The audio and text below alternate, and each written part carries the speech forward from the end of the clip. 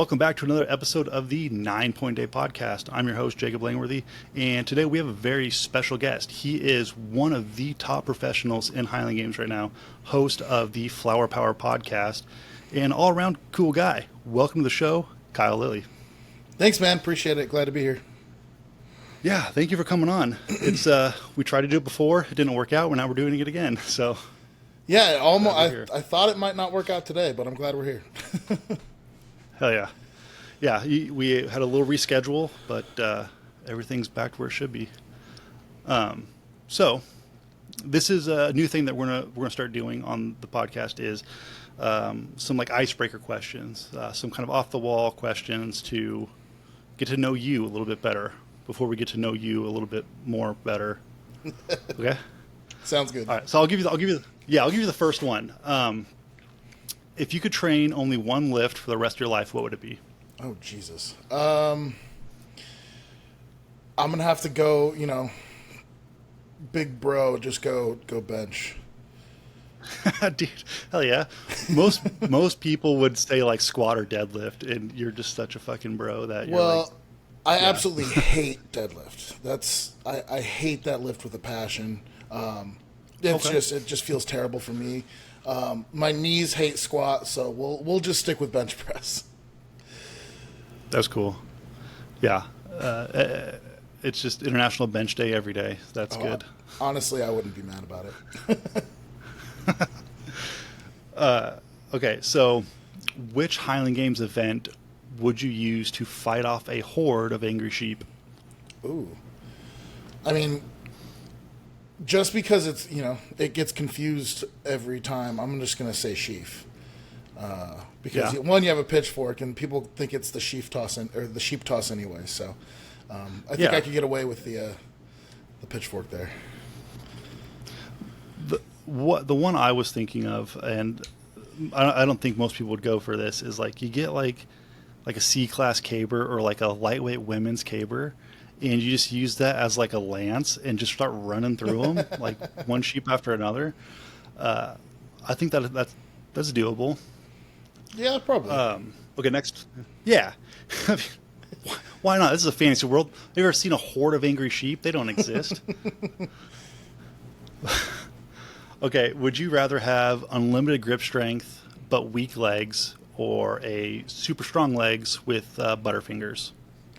Probably the strong legs with butterfingers. Now, I know it's not going to help me in the Highland Games whatsoever, but I actually had grip problems for a long time, so it wouldn't change much. You just live in life. There's nothing different. Okay. If you had to eat one meal for the rest of your life, what would it be? Oh, pizza every day. The best thing about pizza is you can have any kind of meat. Now, if you tell me like you have to have one type of pizza, that might be different. But like, you can have Mexican pizza. You could have Italian pizza. You can have burger pizza. Like, you can eat any kind of food you want on a pizza. Okay. Yeah. I would disagree. Because I've gotten sick of pizza before. I don't think I can. Yeah. I mean, for me, it's like once a week. If I have pizza once a week for like a month, like that fifth week of eating like it's pizza one day, one meal out of the week, and that fifth week it's just like, fuck, again? Like, are we really having to eat this again? No, I would never get sick of that. I've always said too that like even the worst pizza is good pizza. So like you just can't go wrong. How do you feel about greasy pizza? I don't mind it. I mean, I'll probably blot it off a little bit if it's dripping, but I'll still eat it. See, like I like people get mad at greasy pizzas, but I like it because when I fold it in half, it creates like a little funnel, and if I catch a drip coming off there, I'm gonna slurp that drip. Like that's just you gotta get that grease, dude. That's See, I won't slurp the drip. I won't do that. Maybe I'm gross. I don't know. Title of the episode: Slurp the drip. Slurp the drip. That's the hardest thing to come up with for this podcast is like titles that are like kind of catchy. or at least kind of paint the picture. But Slurp the Drip is that's top tier. Yeah, I don't know how the Google algorithm will appreciate it, but I do. Okay, if animals can talk, which one do you think would be the rudest? Rudest. I'm gonna say pigeons. Ooh, that's good. Yeah, I think most people would say cat, but Cat. Yeah, I mean cats are dickheads in general, so I could see that being, that could be the answer for sure. But I just feel like pigeons are always just doing whatever the heck they want, and they're always in your way. And if they could talk, they would just talk shit the whole time. you ever seen a baby pigeon? I have not seen a baby pigeon. Right. Oh. Dude, think about it. Are we putting tinfoil hats on here? Because I'm so down. Dude, I wear a tinfoil hat like a yarmulke back here under my regular hat. Like, keep that thing on me. I don't. Do you know what the name is for baby pigeons? No. For unflighted baby pigeons? I don't. It's called squab. So if you ever like a fancy French restaurant and they're trying to sell you squab, just know that it is a pigeon. Wait, they sell that as a food? Yeah. French cuisine is quite weird. We all know about the escargot and whatnot, but the squab is it's pigeon. Yeah, but technically it's pre-flighted pigeon, so it's baby pigeon before they take flight. Because once they start flying, apparently like their flavor turns. It's like asparagus that's been left in the ground too long. It starts tasting kind of woody, but interesting. But for birds. Yeah. I mean, pigeons are just flying rats, so you're just eating baby rats. And they have lice, like some kind of like bird mite. It's weird. Yeah, it doesn't sound fun. Yep. Okay. Would you rather burp confetti or sneeze glitter? Ooh. I'm going to say sneeze glitter. Just because I burp a lot more than I sneeze, so I would have to deal with it less. But I feel like the big like dad sneeze with just glitter everywhere would actually be kind of fun. See, I have the big dad sneeze, and my family hates it, and and I don't see why. Like, I don't find it to be that annoying or that loud. So if I were to be sneezing glitter, I'd be like, okay, now I get why you don't like this, and I could not like it with you. But right now, it just seems like you guys are being bullies. That's what it feels like. Don't make a big dad sneeze. Yeah, it's good. And that's one of those things that, like, growing up, I'm like, when am I going to start sneezing like my dad? Like, I don't know. I was telling my wife about this. Okay, never mind. Forget it. I'll just tell you. I'll tell you. Then I'll cut it out. There we go. But like, because we just had a boy for the first time, our first boy. We have 3 children now, 2 girls, 1 boy, and I said something like, I wonder if he's going to like wonder when he gets to like pee like me, because like when I was a kid, I heard my dad piss, like it just sounded so aggressive and loud, and mine sounded like a little kid, like just like tinkling, and I'm like, when am I going to start peeing like my dad? Like I don't know when it happened, like, but one day I just started doing it. That's honestly a thought I've never had, but maybe I just never heard my dad piss. Yeah, yeah, I've heard it, but okay. All right, the last one. No, this is not the last one. Would you rather... Okay, no. What movie would you watch for the rest of your life if you only had to choose one movie? Wow, that is tough. The first one that pops into my head is Euro Trip. That is one of my all-time favorite comedies, and I could probably watch it every day. So that's pretty good. This question came to me because I was watching the Ryan Gosling movie, Stuntman? No. What's it called? Fall Guy. That's what it's Fall Guy. Yeah. He's a stuntman. And I was thinking, like, this might be the perfect movie because, like, the runtime, it's not super long. Like, it's a good runtime. And it's not short. And you've got, like, action. You've got romance. You've got a bigger story with, like, twists and turns. And I don't know, it's got a bit of everything, and it just seems like the perfect movie. Is it the best movie? No, but it is the perfect movie, maybe. I've honestly never seen it. Oh, really? Yeah. You're missing out. It's, I mean, Ryan Gosling's the man, so. I was actually having a conversation with one of my coworkers today. I watched Top Gun Maverick on the plane over today, and Okay. I was Get just in the mood. You're on a plane. yeah. I was actually on an Air Force plane, so that makes it even cooler. Even better. I was just telling him, like, man, the first Top Gun is it's good, but it's average. The Top Gun Maverick, for some reason, I feel like I could watch that all the time. I've probably seen it way more than most other people, so that one might be up there as well. It didn't make sense to me. It didn't. I don't know. Like the Chinese have like this 5th generation fighter that like just popped out of nowhere, and you're like, wow. Like, I don't know. It doesn't feel believable. But it is a Top Gun movie, so like that's to be expected. It's pretty solid, honestly. Okay, I'll give it to you. Okay, if you had to listen to one genre of music forever, what would it be? Pop punk. See, I knew you were going to say that. You're very open about your lust for pop punk. I mean, like heavy metal's up there. It's kind of like I'm into anything like rock. If you put electric guitars in it, I'm probably going to like it. But so like there's like the heavy death metal, and then there's pop punk. They're complete opposites, but I definitely vibe more towards the pop punk. I love pop punk. That's good stuff. It is like cousins to emo, which is like where my heart's at. Oh yeah, I'm an emo kid at heart. I have a whole playlist. So my wife and I went to the When We Were Young festival for our first anniversary in Vegas. Wow. And it was headlined by Green Day and Blink-182. And I created like a whole playlist of just bands that were going to be at that festival, and I called it, the When We Were Young playlist. And since then, that playlist has evolved into basically anything pop punk and or emo from 2000 to like modern. So now it's got like 500 songs on it now, all pop punk and emo. And is this on Spotify? Yes. Because you want to share? I got an emo.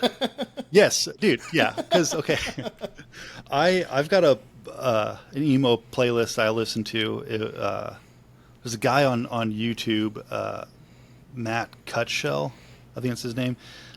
He has a YouTube channel called Emo's Not Dead, and he does like funny skits, but he also put together like a pretty good like pop punk emo playlist, and it's nice and long.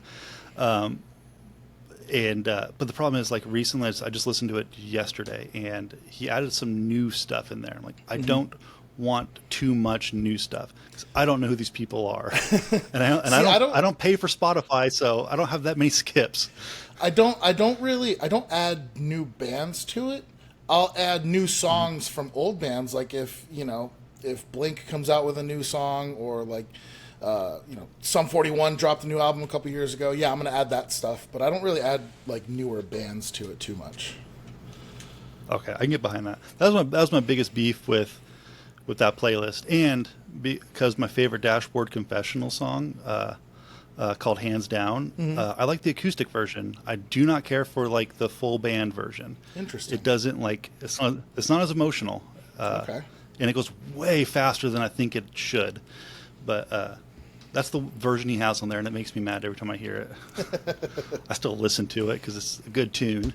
Yeah, I mean, Dashboard's pretty solid. Hell yeah. That's the speed round questions. Let's get into your background, your sporting background. Like, sure. Did you grow up playing football? Just track and field? How'd that go? So, I mean, I did a lot when I was growing up. I played, some like flag football. I did soccer once. I played t-ball and baseball.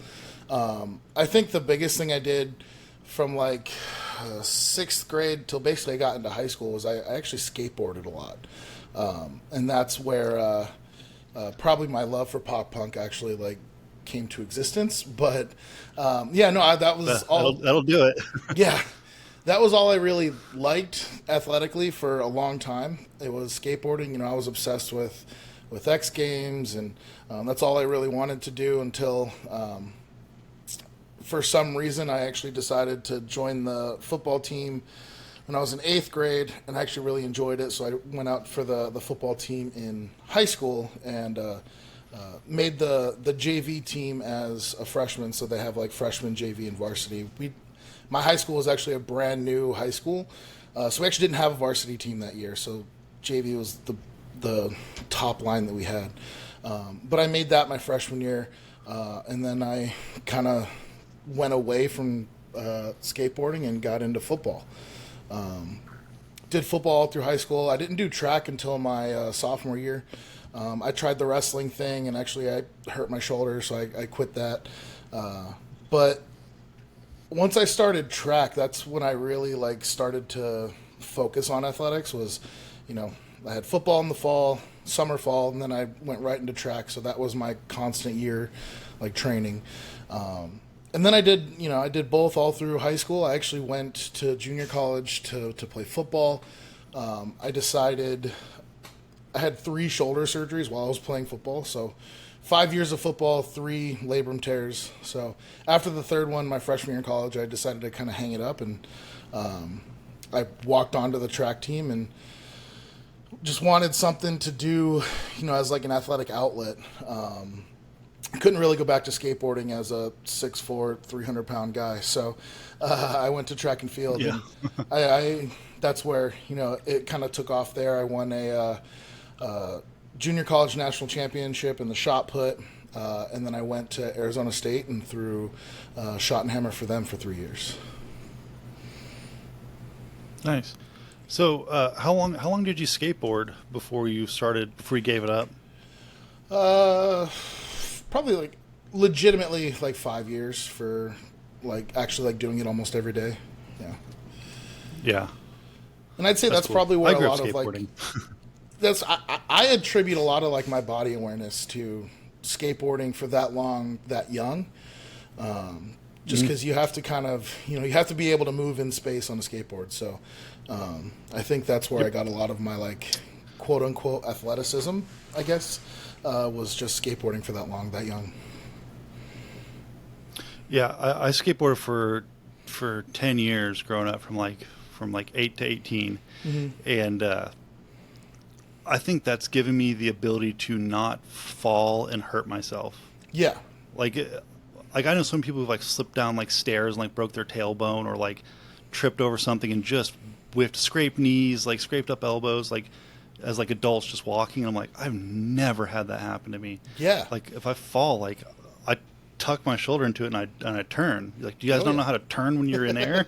That's so you not hit your head. No, 100%. I completely agree. Just trying not to fall down a ramp at a skate park is life saving. So walking and tripping down, tripping over a curb isn't gonna end my career there. I wish I could have got into. I wish I could have stayed into it, because I still really like it. I still, I follow it. I watch, I watch X Games, and now that it's in the Olympics, I think that's awesome. But as I got into football, one, my coaches were like, "Yeah, don't do that anymore," and then two, I broke as I got bigger. I broke boards a lot, so I really I hung it up completely after my freshman year. And then I might ride it, I'd ride a skateboard from place to place. When I first got to ASU, my first year there, I skated to class. Not on a longboard, on a regular skateboard, because I hated longboards.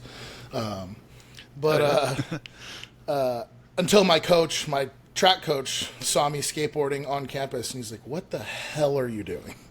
If you fall and get hurt on a skateboard, I'm going to lose my shit." They're just haters, man. They're just haters. I was like, I'm not doing tricks or anything. I'm going to class. Come on. Yeah. It's all fun and games till you hit a pebble and just go launching through the air. Oh, that's the worst. Especially I grew up in Arizona. There's pebbles everywhere. Yeah. Yeah. That's cool. That's cool that you grew up skateboarding, because there's very few of us in the Highland Games that did that. Yeah. Yeah, another thing that skateboarding like taught me is that like failing at something is not like the end of it. Yeah. Because like you're trying to learn a new trick, you're going to do it literally 700 times before you even get it. And then once you get it, like it's going to be really bad. And, like I got to make it look better. So you got to keep doing it. And it's like thousands of reps before you actually like figure it out. 100%. And a lot of people don't have anything that like pushes them to do that, to just do the thing repeatedly. And not only are you failing, you're like completely eating shit 90% of the time. So it's not even an easy fail, you know? Right. I think I would have been a lot better at skateboarding if I was like okay with falling. I know some guys who like were like, oh, I want to try to like grind this rail down this 10 stair, and if I hurt myself, so what? I'm like, yeah, but like I'm looking at it, and I'm like, I know if I get up there and if I'm a little off, I'm not gonna grind. I'm gonna fall. I'm gonna hurt myself. So like, I'll work my way up to it. Like I always took like the more like progressive path, but I think that did slow me down. I think I would have gotten a lot further if I would have just been like those other kids who just don't have common sense. I think I would have gotten a lot further if I didn't weigh 200 pounds in 8th grade. That'll do it. I topped out at like 175 for God until I was like 21. I was little, so like it worked out. Yeah, no, my like freshman year wrestling, eating one meal a day. My freshman year wrestling, I had to cut to get down to 215s. So. Yeah, you were meant to be big. Yeah, I was not. I'm still not. I'm waiting for like age and metabolism to like really just like kick my ass to where like I don't have to eat a bunch of food to like gain weight. I can gain weight, but that means I'm going to be losing muscle at the same time. It's a real problem. No, I have zero issue gaining weight. Yeah. How'd you get into the games? What was your path to that? Yeah. So I, like I said, I did track and field in college. I had heard of Highland Games, but I'd never really seen it or seen anyone do it. Where'd you hear from Highland Games at? I had just heard it, like, I don't remember anything specific, but there was one in Phoenix. I knew that. I didn't know when it was or, what it was about or anything. I just knew that it was there. But I first, really heard about it. I had, after I graduated, I started getting into track coaching. And I took my first job at a small D3 school up in Maine. And I was also still training. Like I graduated in 2015, and I wanted to try and make the Olympic trials in 2016 in the hammer. Spoiler alert, I didn't. I was not that good. But nevertheless, I wanted to try. So I was competing in a lot of the same meets that like my athletes were competing in. And another coach in the area, he was at a school a couple hours away, but we saw him all the time. His name was Will Barron. And if you're in the Northeast, you probably know Will and his brother Dave pretty well when it comes to the Highland Games. But he saw me throw the hammer, and then after one of the track meets, he asked, he's like, hey, have you ever tried Highland Games? And at the time, I was that typical track athlete. I was like, dude, I'm trying to make the Olympic trials. Like, why are you talking about this stupid sport? And so I kind of was just like, yeah, no, thanks, not interested. And then I got humbled and didn't make the trials. So I called Will back and was like, hey, I want to try this Highland Games thing. I got nothing else to do the rest of the summer. So the main Highland Games was in August, and I think I went over to his house in July. This would have been 2016. And he showed me how to do everything right there at his house. He had a big plot of land and showed me all the implements. I broke his caber. He actually had a caber. I broke it on like my second attempt. I broke his hammer that day as well. Sorry. But he taught me everything. The only implement he didn't have, and I just think this is a hilarious story. He taught me how to throw sheaf with like a duffel bag that he had like filled with, I think it was towels. So we literally took a pitchfork and stabbed a duffel bag and like threw it up over a tree branch, and that's how I learned how to throw sheaf. But so I did that a couple of times. That's some East Coast shit right there. But yeah, no, I did that a couple of times. The further you go west, the tighter the sheaf bags get. Yeah, I mean, it was definitely interesting. That was one of the points I was like, I'm sitting there like at his house. I'm like, what am I doing? Like, why am I doing this? I'm literally throwing a duffel bag with a pitchfork. This is ridiculous. But no, I went down to his house a few more times and trained it, and then he let me borrow his kilt. And first games I did was the main Highland Games in August of that year, and right away I fell in love with it. And I quit throwing wire hammer. Like literally that day, I was like, I'm never touching a wire hammer competitively again. I'm doing Highland Games. This is awesome. That's very cool. Yeah, I've been throwing in the East Coast a lot recently, the Northeast specifically, and I've thrown with I've thrown around Will. We've never met. I've thrown with his brother, Dave.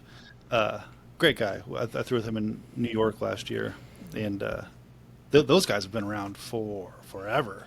Yeah, I think Will just posted a picture the other day of him throwing at the Celtic Classic, and I think he said it was 2006. Exactly. Well, see, this is what I was getting at. Is that I went back and watched a bunch of Ryan Vieira's videos on YouTube. Have you seen these? Oh yeah. I need everyone to go on to YouTube and type Ryan Vieira and like go to his YouTube channel. There is so many gems of like old school Highland Games that like you just don't get to see anymore, and there's a lot of like old Celtic stuff, a lot of old World Championship stuff. Have you seen the show Shoresy? I've seen the first 2 seasons, I think. Okay, so when they're like playing in like those championship games and they have like the French announcers, and like they're saying like Frankie JJ's name and they're like going play by play. They're like that's what it sounds like. Yeah. And there's one on Ryan Vieira's channel. There's games where they're in Sweden. It was some televised championship in Sweden, and they had announcers, and that's all it sounded like. It was just Francis Brebnar, it's just the funniest thing. No, I've spent many hours on Ryan's page and Matt Vincent's page, and a lot of Highland Games on YouTube. Yep, there's less now than there's been before, but we're making a comeback. I think we're all putting out stuff these days. That's one thing that's good for the new people. I've been thinking about trying to do a little more of is like long form content on like YouTube. Because I'll put clips up and stuff on my Instagram, but I've never done anything like where it's like a whole games or anything like that. Yeah, Instagram's one of those things like you're reaching the people who want to be reached by you. Like YouTube, on the other hand, like I'm catching a lot of weird shit on YouTube. Like people like who are there just for the gym videos. People are there for the throwing videos. Like it's very weird. But I'm like I'm almost every day I'm getting a message from someone who's like, oh, I'm doing my first games in whatever, and like it's always like 10 months away, but they're planning it out. But like I'm reaching people that wouldn't normally find Highland Games, so it's very useful. The hardest part is making YouTube content. Like Instagram's easy because it's like you take that one throw or those 2 throws from practice, throw it up on a reel, easy, put the music behind it, and send it on its way. But long form content, like it takes a lot of thought and like to do it right, and you feel like an asshole the entire time you're doing it. But that's one thing. Like I remember one of the first games I went to. So my second games ever was Loon, and I'm there as an amateur, and you know, this is one of the things that got me like interested in like the professional class was, you know, Matt Vincent was there, Andy Vincent, Spencer, Scott Ryder was there, like Dan McKim was there, like literally the best of the best, some of the best to ever do it were there. But the memory of in between throws, Matt Vincent walking around with like his selfie stick, you know, recording and like talking to a camera, like in between throws and things like that. I was just like, who is this douchebag? And then like 3 months later, I'm watching every video he posts. I'm like, oh, okay, I get it now. Yeah. I admire him so much for being that guy with the selfie stick, just walking around talking to himself. Yeah. I want to be that guy because it was very helpful for me, like starting out. Yeah. I was like, yeah, I'm watching every one of his videos repeatedly. Now they're like, if I've checked, not too recently, but recently enough, they're not organized. All the throwing stuff is not organized on his YouTube channel anymore. Mm-hmm. So you got to dig deep to find them. But at the time when he was still like doing it or just fresh off of doing it, you got a lot of good content out there. I cannot do that myself. I want to be the guy with the selfie stick talking to the camera, but like, I just have too much shame. 100%. I'm right there with you. Like anytime, like even just like, you know, like taking a selfie and sending it to my wife or something, I'm like, I hope no one's watching as I take this picture because I just feel like such a douche. Mostly probably because that's what I always think whenever I see like some influencer with a selfie stick. I'm like, oh, that guy's kind of a douche. And then I'm like, well, I want to do that. But then I just think of myself as a douche. So it's a catch-22. I have a hard time talking to my camera like at the park when I'm like no one's around, but like what if the off chance, like what if I'm not paying attention, someone walks up near me and I'm like talking about how to tape my thumb for hook grip. Stay tuned, the video's gonna drop. But it's just like yeah. But it's super useful for people starting out, but damn it is tough to do. Yeah, 100%. And now, like, with so much going on the YouTube space, like, you can't just, like, drop some crappy video. Like, if you want it to actually, like, go somewhere, like, you know, it's got to be well edited and high quality. And you can't just put up, you know, old VHS tapes of throws and call it a day, you know? Yeah. Well, see, like, I've thought about this, and like there kind of levels to it, right? There's, I'm going to put it out so like I'm okay watching it. Like most of my games footage that I put out, like it's one event and it's like everyone's throws, all 3 attempts plus extras or whatever, and it's just some cheap or some free background music, and it's just one throw after the next. And like I liked watching that stuff when I first started, so I'm like, okay, this is for the guy who wants to see all the techniques and like learn from that. So like at some point, like you'll find your niche of like the people that want to see it, but also always kind of like aiming for, I need to get the new people in, and the new people want to see the flashy stuff. Yeah, they want to see Highland Games Pro eats 12,000 calories in one meal or whatever. Like that's what people want to see. Yeah, you got to find like that entry, that gateway for people to come watch your technique videos, right? Yeah, and I don't know, it's tough. People watching this would love to see all of that. But there's not many of them.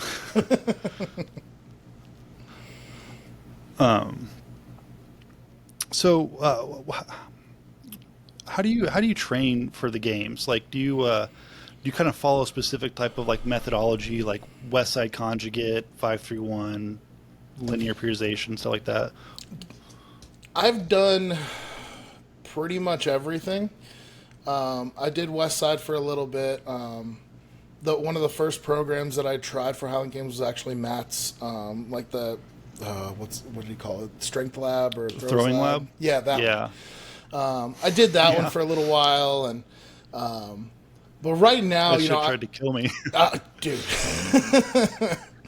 But like right now, you know, I write my own programming, and it's kind of a mix of everything. I did start to implement a little more of like, do you know who Werner Gunther is? Yeah, those you know those videos that I'm talking about. I actually found so cool. Dude, I found 16-week training block of his, and I started incorporating a lot of like the plyometric stuff that he was doing, and that's what I did last year. So I'm still implementing a lot of that this year. It's hard. My knees still not great, so some of the stuff I just can't do. But yeah, I train a lot like Werner Gunther did back in the '80s. Right now, that's cool. There's that documentary that they did, and it was like all in French, and guys back in like the 80s and 90s were watching that, and they're having to like translate French just to understand the training blocks. Yeah, and I mean just like the plyometrics that he was doing is like just us specifically in Highland Games are missing out on a ton of that, like just heavy progression of plyometrics. Well, what I like about it is everything that he does, even if it's like a strength block, any strength or power movement that he's doing, he's supersetting that with some kind of plyometric movement, whether it's a squat and a jump, or a bench and a throw. And, he's always doing something explosive along with his strength training. And I felt with me specifically, that is really, like my body's taken to that really, really well. Mm-hmm. Yeah. What's like kind of like your favorite like plyometric that you're doing these days? I like the multi jumps into a sprint. So what I'll typically do is like I'll do a set of squats, and then I have mini hurdles that I'll do like 3 consecutive mini hurdles hop, and then the second I land on the third one, I'll do like a 10-meter just sprint as hard as I can. It's not long, right? But just as hard as I can for 10 meters. That's my favorite one. Yeah. That's where it's at. Do you ever have any trouble like sprinting with like, I don't know, like abdominal pain? No. Maybe it's just me. Maybe there's something wrong with me. Every time I try to sprint, like it feels like I just threw like a heavy hammer session. Interesting. Where like I'm just like, yeah, I don't know. I might be broken. I'm doing my best out here, but I still sprint when I can. But like I'm always aware that like there's a good chance like it's gonna hurt like after. Well, my knees are pretty trash, so sprinting is not the most fun for me. So like if like anything more than like 10 to I'll give myself 20 meters. Anything more than 20 meters, I'm toasted. Yeah, Oof. Do you ever do any hill sprints? Do you think that's think that's better? Do you think hill sprints are better than like flat ground sprints? I do, especially like when you're talking about like explosive power. One, it's not as hard on your body, I don't think, and then two, just that little bit of incline just kind of adds. Like you have to drive a little harder to get up, so I think it does help when it comes to like explosiveness for sure. Yeah. Did you ever watch that that old documentary from like the late 70s, early 80s of that Swedish discus thrower, Ricky starts with a B. I don't Bruch? think Brunch? I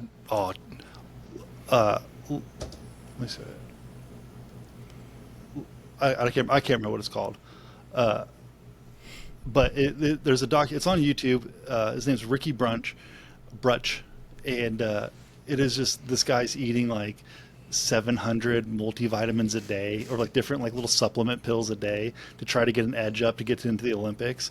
But his training in there, like it's very much like Werner Gunther's stuff, where it's just like really old, really cool, really raw, and like dude's doing like just ridiculous like snatch grip, like behind the neck, like split jerks and stuff, and is really cool. Yeah. You should check it out. I think everyone should check it out because it is like that vintage throwing. Well, I'm aesthetic. very, very into that kind of stuff, so I'm definitely going to try and find that. Yeah. I'll for everyone watching, I will tag it in the description if I remember. I'll write it down. What was your transition like going from like amateur to pro? Did you follow a certain like path, or because like I remember back in the day, like if you like me were watching a lot of Matt Vincent videos, like he talked about how there was like a series of games that you want to hit as an amateur before you even like decide to go pro. Is that kind of something you did? Kinda. It's a little bit of that. I definitely made sure, I went to the World Championship in Minnesota. That was one of the ones I was like, okay, if I can go in there, that's a big one. I lived in Arizona, so I moved right after I got into the games. I moved back from Maine to Arizona, so the level of like those high level amateur games just kind of weren't there. But what I did do was I did try and travel as much as I could and kind of get my name out there. I made sure I went to Pleasanton as an amateur. I made sure I went and did a couple of the games in Colorado. I flew up to Oregon. I flew to Washington. I tried to go as many places as I could to try and at least get in front of games directors. So that way, when I did go pro, making a call or sending an email to Steve Conway wasn't like out of the blue, So that was kind of the path that I tried to was I didn't even know like a lot of the games that people talk about. I didn't know how to get into them or anything like that, which is part of the problem. But I just tried to go to as many of the bigger games, at least on the West Coast, that I could, just to try and get in front of directors. Yeah, and I don't remember really what year Matt Vincent was talking about that, like these certain games, because like he mentioned Pleasanton was one of them. Might have been Grandfather Mountain, Portland, either Portland or Enumclaw, maybe both. But he talked to like these are the ones to like go to. Well, if that's the case, I mean, I hit up Pleasanton. I went to Enumclaw as an amateur. I didn't do Portland as an amateur. I did Loon as an amateur, which that was one of the really really big ones. So yeah, I did try and go to as many of the big ones as I could, and then I also did the whole IHGF thing that Francis Brebner was doing there for a while. I think he's still doing it, but I got to go to Norway to compete in his amateur world championship, which was cool. And but yeah, it was definitely just trying to get my name and face in front of games directors. Yeah, that's what I tell most people who want to go pro is travel as much as you can. Yeah. To the point where like it hurts, like financially and physically, like you're like, fuck, I don't know. Yeah. Like go out there, like put yourself out there. I looked at every games that has a pro class, and I tried to go to those that were then like a reasonable like weekend trip for me.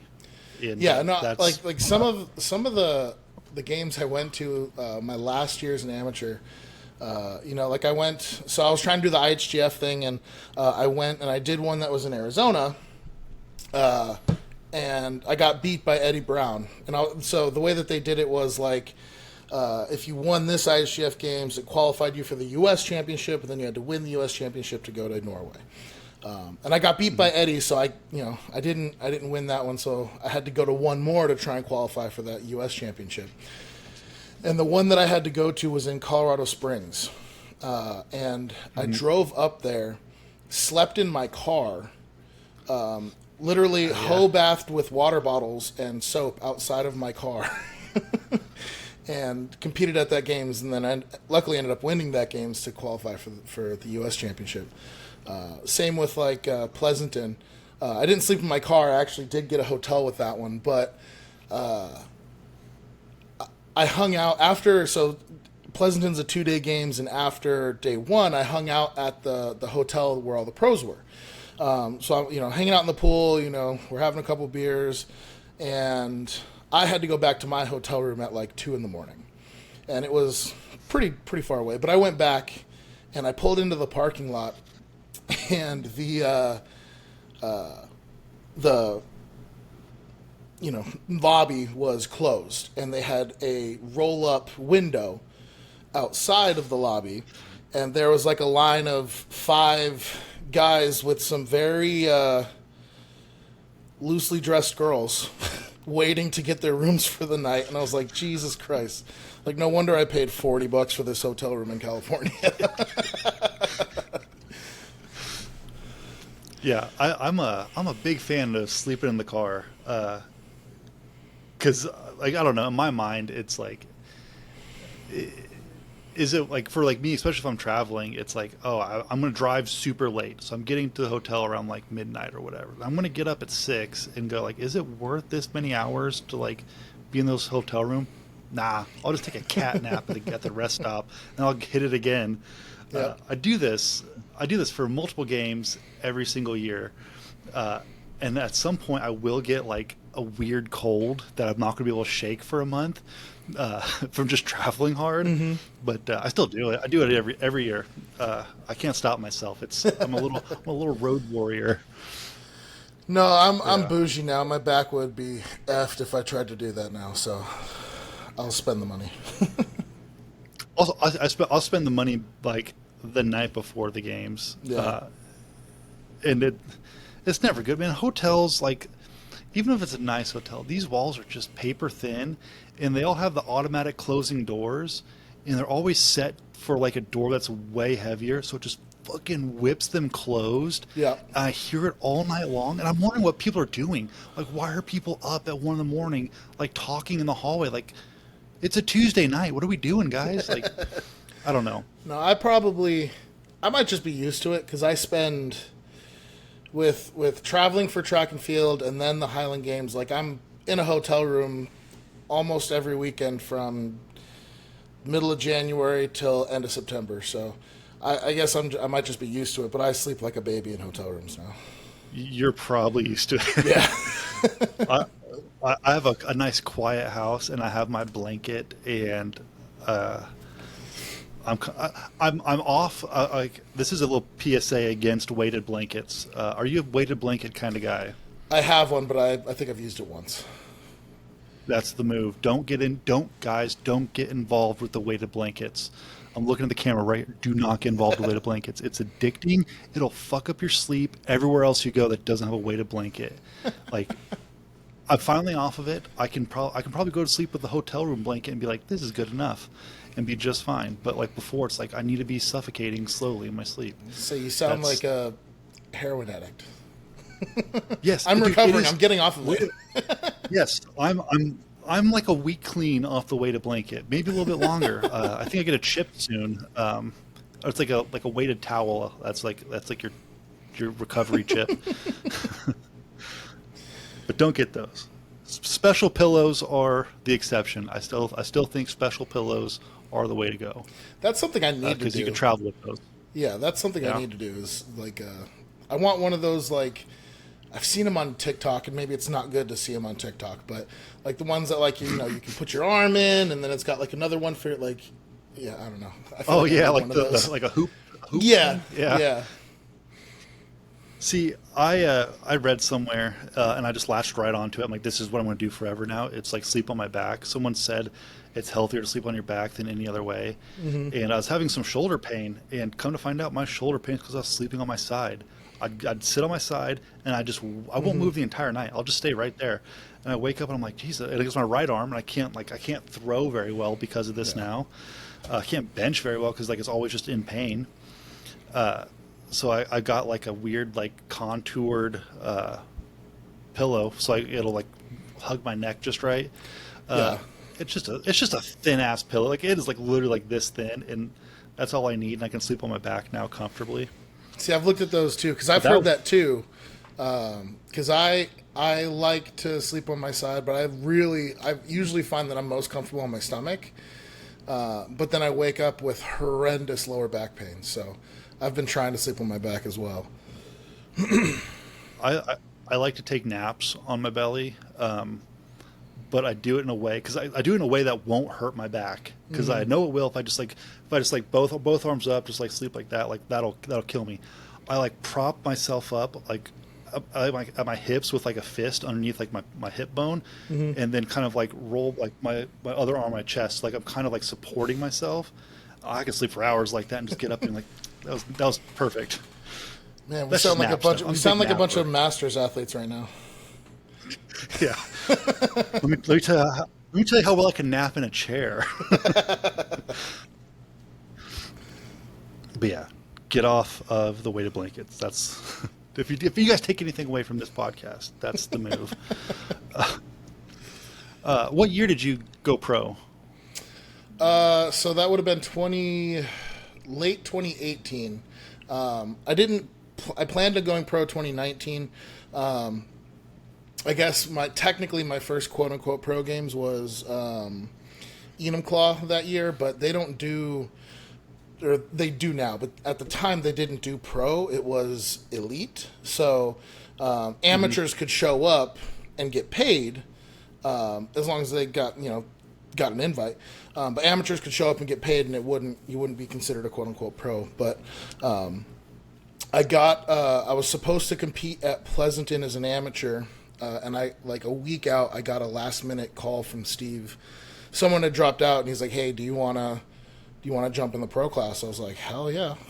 So, and then after that, I actually You don't say no to that. Yeah, no, definitely like Pleasanton being your first pro games, like hell no. And then Estes was a week later, and like literally right after the games, I got a call like, "Hey, do you want to come throw at Estes?" I was like, "I'll be there next weekend. Cool." And then I did one in Idaho, and then that was it. But then like the next year was my first full year as a pro. What year were you in Wichita for the IHGF? That would have been 2018 because I did the IHGF Worlds that would have been 2017 because I did IHGF Worlds in 2018, right before turning pro. Was Colin there that year? Was that the same year that he was there? Dunbar? Yeah. No, it was me and God, why am I forgetting his name right now? Jesus Christ. Gary Randolph? No, Gary was the year before that. Okay. His last name starts with an A. I can't believe I'm forgetting it. He's from Kansas, I think. But Skylar Arneson. Skylar, there it is. God, sorry, Skylar. Yeah. And he's listening. Oh, He's like, it's me. my bad, bud. Yeah. Yeah, it was like him and I were battling it out in Kansas for that spot, and it came down to the last event between us. Like it was a tight games. God, I feel bad. Yeah. Sorry, buddy. I'm actually gonna go see him next weekend. We're gonna throw together. Okay, cool. You can cut that part out. But- I'm just kidding. Well, I'm gonna record with him, and he gets to share his side of it. There we go. But yeah, I was in Wichita for all those years because that's my home games. That's Okay. my local one. That's as local as it gets for me. But like those were the years where I was very new and I didn't know how to throw, and I was not part of the cool kids club. That didn't happen until like I don't know 2019 maybe. Yeah. But yeah, it was neat games. The IHDF to get to Norway, like that's a fun thing for people to push towards. Yeah. We don't have a lot of opportunities like that. Where like there's a big goal at the end, and that's to get to Strong Boy Summer Camp in Norway, because that's what I've heard it described as. It's just it's summer camp for strength athletes, and now it's wild. Like when I was there, they had the Highland Games, they had the stone lifting competition, and they had like a strongman demo. Like it wasn't even a full strongman competition. And now they've got like a pro strongman competition. It's like a week long. It's wild what they're doing there now. It's so cool. And Yeah, and just like the randomest who's who of strength athletes like show up, like Yeah, like Ed 100%. Cohn's just marching around there, and Oh yeah, well he's putting Nick on like Bass, he's Martin putting on like Lacey's. squat clinics. It was really cool. Like Yeah, he was doing this clinic, and then like so anytime someone would ask a question, he'd be like, "Come up here." So they'd go up there and they'd have them do a squat in front of everybody, and he would correct all these things in front of the group, and then like the next person would do it. It was really cool actually. yeah, that's awesome. Yeah, I never made it out there because when I started getting good enough to do it, I was a lightweight, and you can't really compete with 300-pound guys when you weigh 200 pounds. Like it just doesn't work. Yeah, But I hear good things about Norway. I mean, yeah, I think technically anyone can go if you want to go. I think you yeah. can I mean, go. the You, well like, could the you, they have an open now too. So yeah, you can show up and just compete. It wouldn't be for the world championship or whatever, but yeah, no, they have an open now, and yeah, it's really cool. I actually went 2 years. First year was as an amateur. The second year, Francis invited me out to do like a clinic thing because that's the year they started getting a lot bigger with it. And Colin and I just happened to be in Scotland the 2 weeks prior to that, so we actually just hopped over from Scotland and then did like a clinic for all the amateurs going into the Amateur World Championship, which was pretty cool. hell yeah, that's cool. How was Scotland competing in Scotland? It's one of my favorite experiences as a Highland Games athlete. It's a very Damn, different I hope vibe.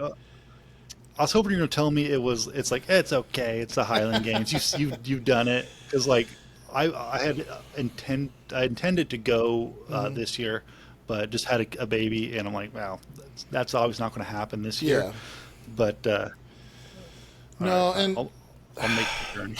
I might be also a little biased because like Scotland's one of my favorite places on the planet. Like if I could move there today, I'm gone.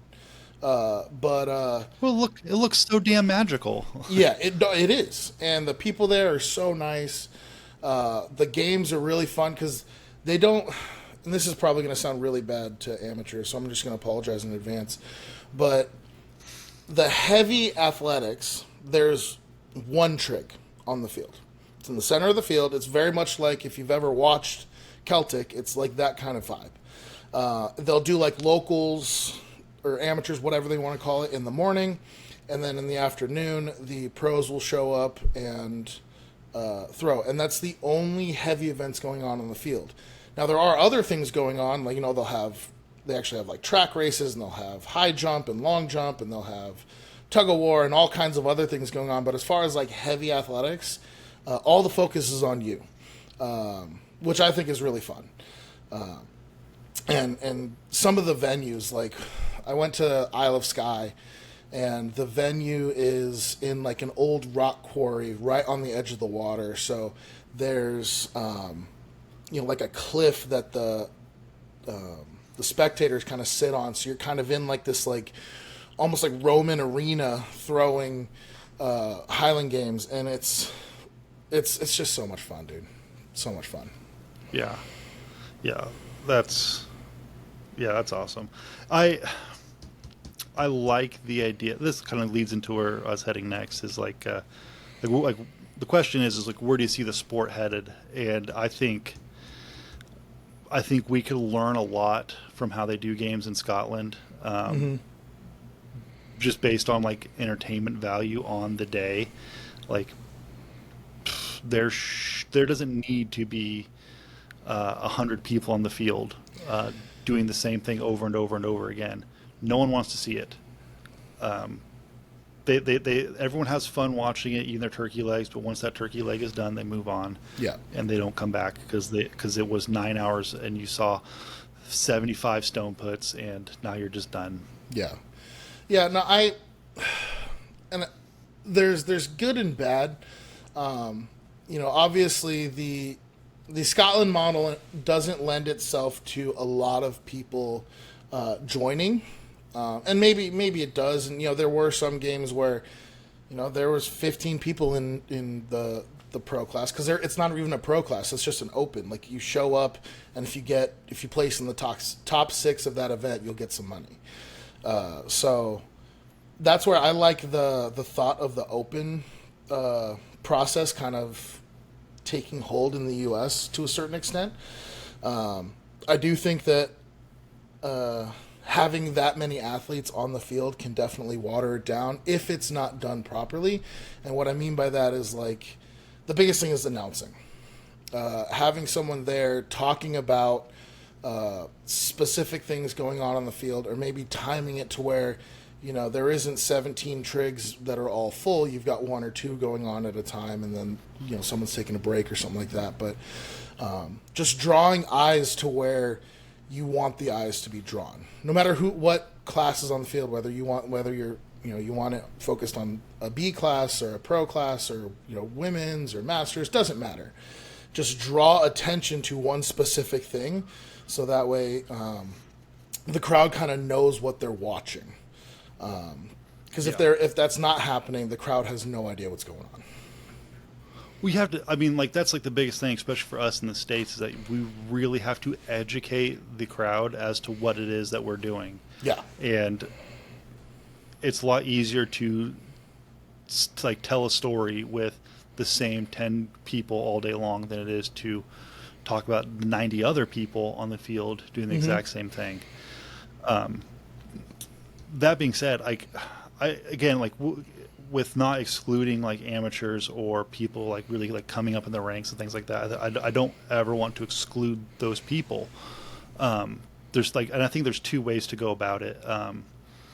One way is they did it in Maine this last year. They had 2 fields. One field was for like the amateurs, the ABCs, lightweights, general masters, like that, and they all threw on one day on the one field. On the other field is where they had the open. It was men's, women, and masters men that were playing for money, and there were I don't know 30 of us at most, and it was much easier to put people in chairs, and it really separates the people who are like friends and family coming to watch their friends and family versus people who are coming to just enjoy the festival. We give them the best entertainment that we can with the people who are the best at it, and the ones potentially like are the best at entertaining. The other way, and I like this way a whole lot, is the pro class, or whatever your premier class is. Like some games don't have money for a pro class, but they have the best fucking masters show up, who were, half of them were former pros or still dip their toe in that professional water every now and again. That's their premier class. You put whoever that your premier class is on one trig. They throw like stones, weights, and hammers out of the same trig, and you bring out a cage, because it takes 10 minutes to set up a cage right on that one trig, and you have one set of standards that they will throw wob and sheaf on. Everyone else never touches those trigs, never touches those weights, never touches that standard. They have another one on the other end of the field where the bleachers are not at, where the beer tent is not at. Because if you're trying to create a entertainment product, you want everyone to watch like your product, right? Yeah, absolutely. But I don't know. I don't know what the disconnect is with, and this is going to sound shitty for a lot of games, but like, why are they okay with doing it the same way that is proven to not be successful? I wish I had an answer. I don't want to sound like I'm not like supportive of like amateur classes or these different, A, B's, and C's, because I am. I think it's, that's the way that people, and I do like the structure of like, you start out novice and then maybe you're a C, B, A, you got something to work towards. But yeah, kind of like you said, if you've got 10 trigs that are rotating, and like sometimes, your premier class is over here, sometimes they're over here, and then, there's no, the entertainment factor is just not there for the crowd. Yeah, you need to build fans throughout the day, and that's like us, like we're still like, and this is another huge benefit to having shaggers is like, instead of the whole group being out in the field, the whole group is back by the fence talking to the crowd, and they get to know you, and they like, you can even play the game with them, like the wrestling drama is that like, oh, this guy's the heel, like we're all trying to like knock him out, like we're trying to get him, like we're trying to make him choke and things like that, and the crowd will like turn against this one guy, but all for like the sake of like entertainment. Yeah. And then if you build this rapport on like during sheaf, right? If like you happen to do sheaf at like the beginning of the day, and you move on somewhere else, then they have to follow you, but they won't. They don't follow you. Every now and again, you get one person. When Maine last year, we had one lady. She followed us. Her and I think her husband and maybe her friend followed us through the entire day. She was learning our names. And at one point, I think she ended up shagging and pulling tape and stuff. She's like, I'm involved in this now. And we're like, Nice. yes, you are. You're our number one fan today. You've earned it. No, But, like you even don't get that when there are hundreds of other people. yeah, and like even that's one thing. Like that's I love like Colin. Colin Dunbar is one of my best friends on like the circuit, if you want to call it that. And one of the things, like we just talk shit to each other all day, and the crowd, like if we're near the crowd and we're talking shit, and the crowd's just kind of laughing behind us, you know that they're kind of getting an insight to, us as people, and then they can start to like root for you a little bit, even if it's not like the WWE thing of like, oh, they got to root against this one person, but like, if me and Colin, and then you add in, a couple other people, and we're all just kind of bickering back and forth, talking shit, throwing little jabs at each other, and the crowd can hear that, they start to get into it a little more because they start to feel like it's more personable to them. Yeah, I made a video. There's a short podcast episode. It's like how to be a showman. Because like I think amateurs should take note, and they're doing better these days. It's just that like, if there's no pro class there, like you're the pro class, you're the entertainment. You have to be there. You want people to come back next year. You want people to tell their friends about what they saw and stuff like that. And one of the comments I got was just do what Colin Dunbar does, and I was like, yeah. That's true, but that does not make for a very compelling like podcast episode. Just saying like, it's 10 seconds. It's do what Colin Dunbar does, and that's it. And yeah, well, not all of us are 6'8" with long flowy hair that can just whip it around and get everyone's attention. Yeah, some of us just don't have hair. It's bullcrap. And yeah, him with long hair and a mustache just pisses me off because I can have 50% of that, but I can't have it all, and I want it all.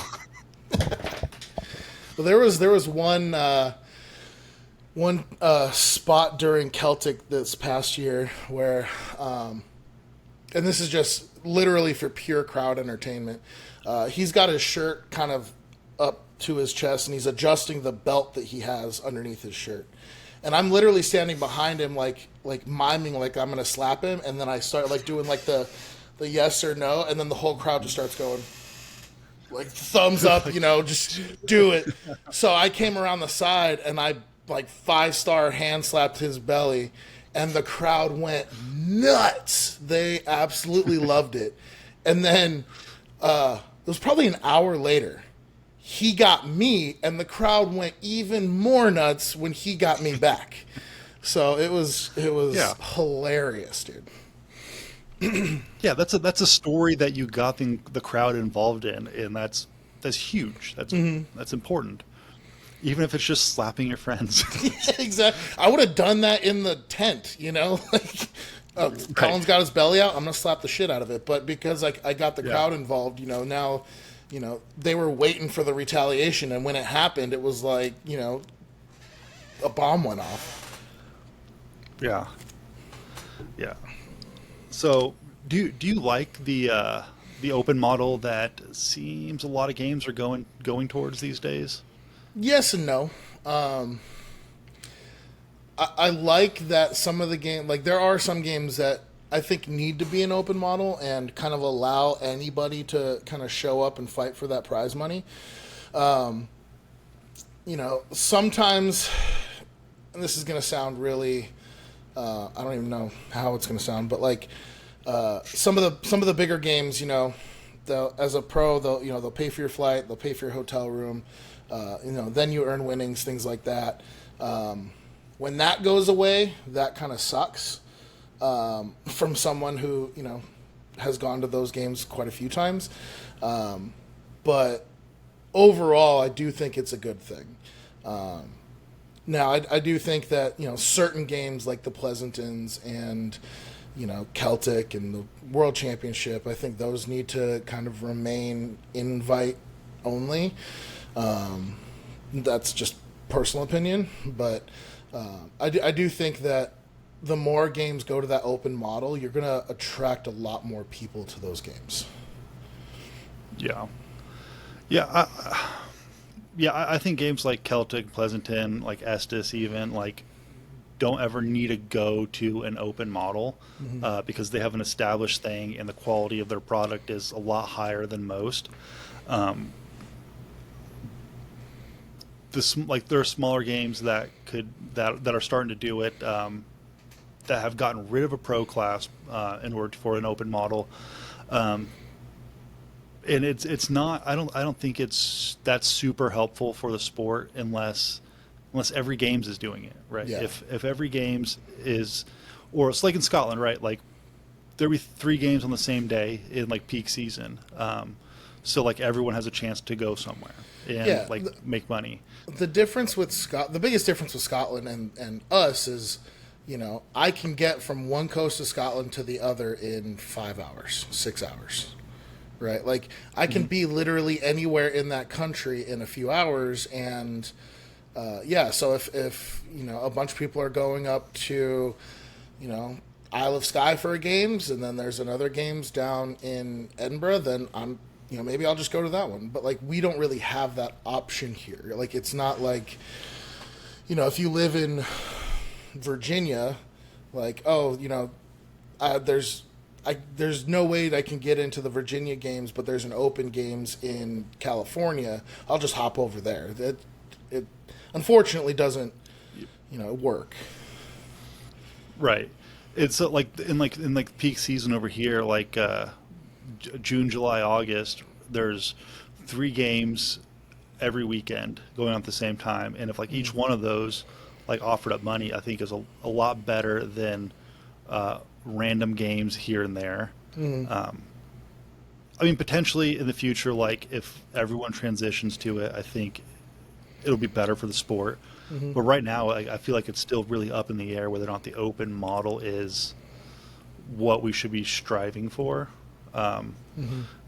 Maybe I'm biased because like as a new pro games are going away. The prize money is going away. It's not what it was 10 years ago. It's not what it was like even like 20 years ago. 20 years ago, like pros were getting paid fucking funny money to do nonsense in the backyard. See, and like I guess I don't want to be the guy who's like, oh dude, open model's dumb or open model's like great. I'm like, let's see. Everyone keep doing what we're doing at the trajectory that we're going, and if it fails, then we know. If it succeeds, then we know. But we might be a little too early to know whether or not it's great. I just know that there are growing pains that go along with it that new pros are going to start feeling when you're not even making back travel to go to a games. That's the hard part is like, some of these games, like Alaska's a great example, and Alaska's one really fun games, and they used one to of the best. they used to pay travel. They used to pay. At one point, they paid for rental cars and everything, and now they've gone to the open model, which, again, this is going to sound really bad, but like for someone like me, I personally don't think I have to worry about making my money back and maybe even profiting that weekend. But if you're a mid to low level or even a high level amateur or you're a mid-level pro, like making even just enough money to break even is, especially going to Alaska, like I literally just bought my ticket and it was $800. Like Yep.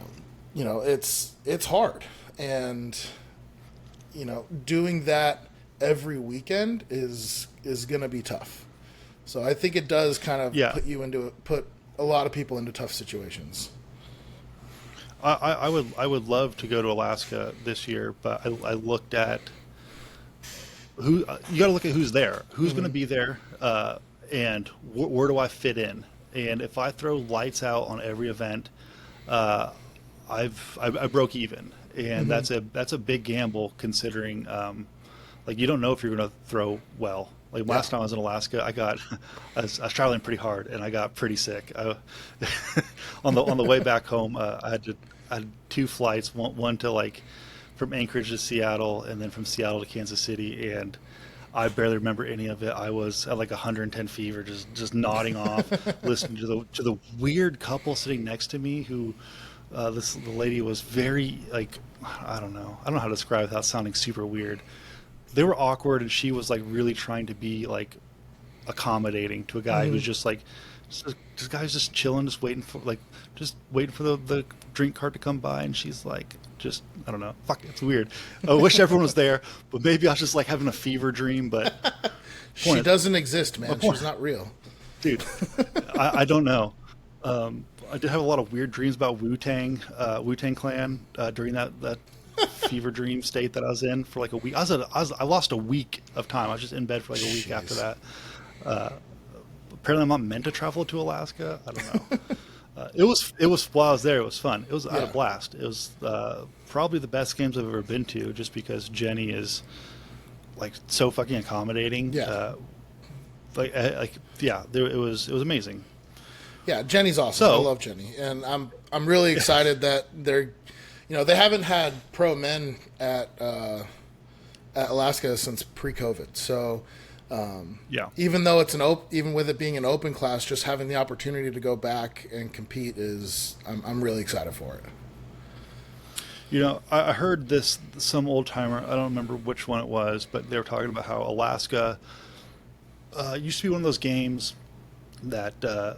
Someone had to die or give up their spot to you for you to get in. It was a very exclusive games. Year after year, it's the same group of guys, and they went and did their thing there. And I don't hate the idea of that. Just as a fan of the sport, I think that's pretty neat. Mm-hmm. That they have the reoccurring folks. Well, I do like that. Victoria is very similar. If you go there, you compete well, you're a good person, you engage with the crowd, you don't act like a douchebag all day. Ray's going to invite you back. And if you accept that invite, there's not many other spots for new people to come in. And I think that's fun. And I've been there a few times now, and I took a few years off of going there, and when I came back, they were the crowd was so excited that I was back, because they know they've seen you multiple times. They come every year. It's a very kind of close Highland Games community there, so it does make the crowd engagement really, really fun. Yeah, and I mean again back to the open, it's should every games be that exclusive? Mm-hmm. And I don't think so. But there's a balance there of how many games are exclusive, and then how many can just you apply for, or they'll rotate through guys, things like that.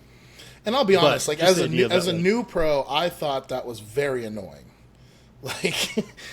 Trying to get into games, and that I'm trying to pull up hey, I've done these games, these are my numbers, blah blah blah, and then they're like, nope, we're full. And then I look at the games and I'm like, well, I could have been there competing at and it was really annoying, and so I understand frustrations on that part too. Yeah, and that and getting waitlisted and stuff like that, you're well, no one's dropping out. Just you tell me no, I'll be okay. Yeah, I had it's actually tough, but last year. So the best year of my career by far. I had a games last year I asked to get into, and I've been trying to get into that games forever. I'm not going to say what games it was, but they basically told me, yeah, sorry, we're full, but you can come throw with our amateurs. And I was like, that's not how this is supposed to work, but okay. I got told the same thing at a games, and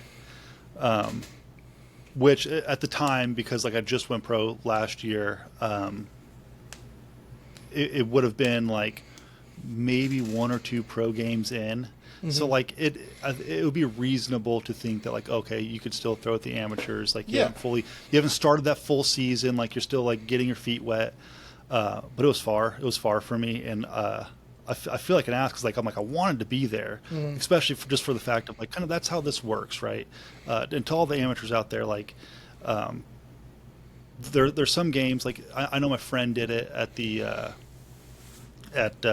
Arnold one year. He went to help out. He didn't get invited to go throw at the Arnold as an amateur, or they didn't accept his application, but he still went and shagged and helped out, and then he got invited to Pleasanton.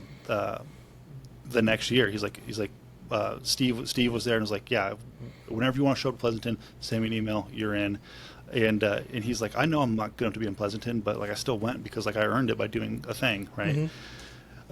So like there are ways to get that kind of street cred that isn't necessarily just throwing. Yeah.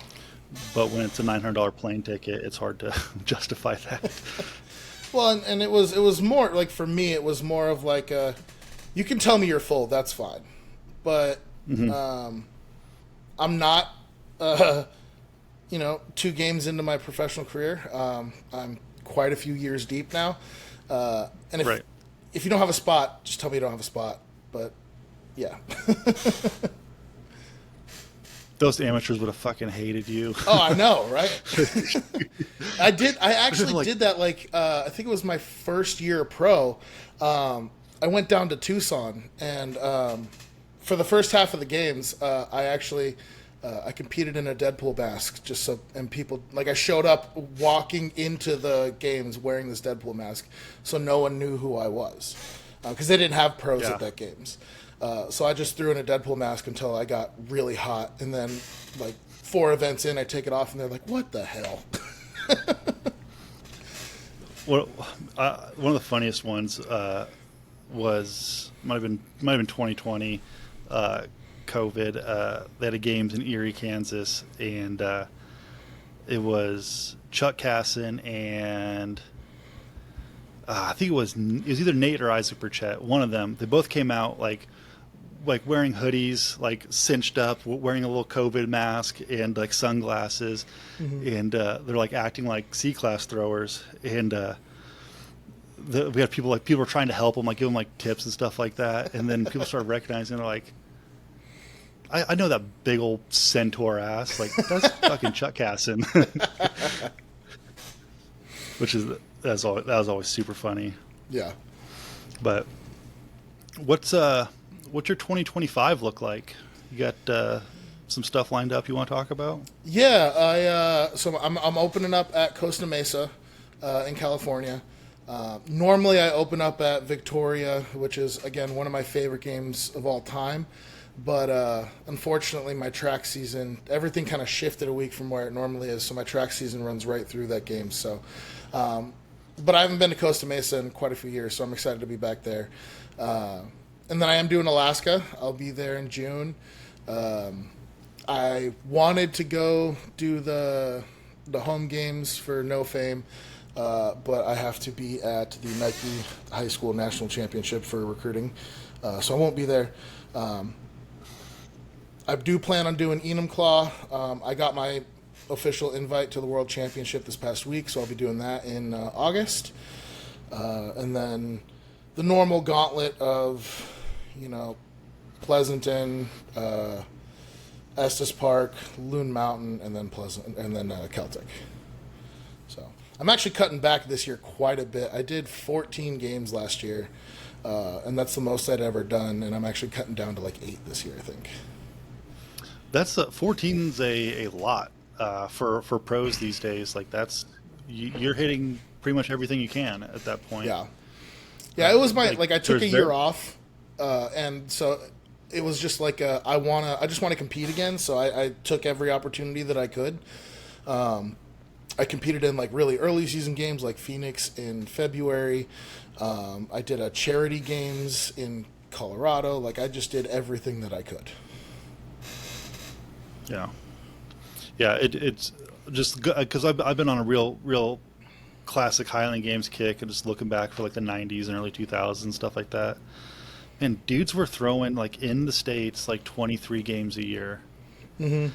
and like that's a lot. Yeah, yeah. And, like and that's I can't even imagine getting that many opportunities now. Like you just can't. If you hit every pro games you can on the weekends that you can, like you're not going to get 23. yeah. I think I would probably like if I didn't coach and I had the availability to just go to any games I want, I would probably be maxed out right around 14-ish. I mean, I know there's more opportunities, but like just the time to do all of that is insane. And it, kudos to those guys that were doing it back then, and definitely kudos to the guys in Scotland that are doing freaking 40 games a year. But Yeah, 3 every week is nuts. yeah, it's ridiculous. Now, to be fair, some of those games are like 4 events. Like it's not a full 8 or 9 events. So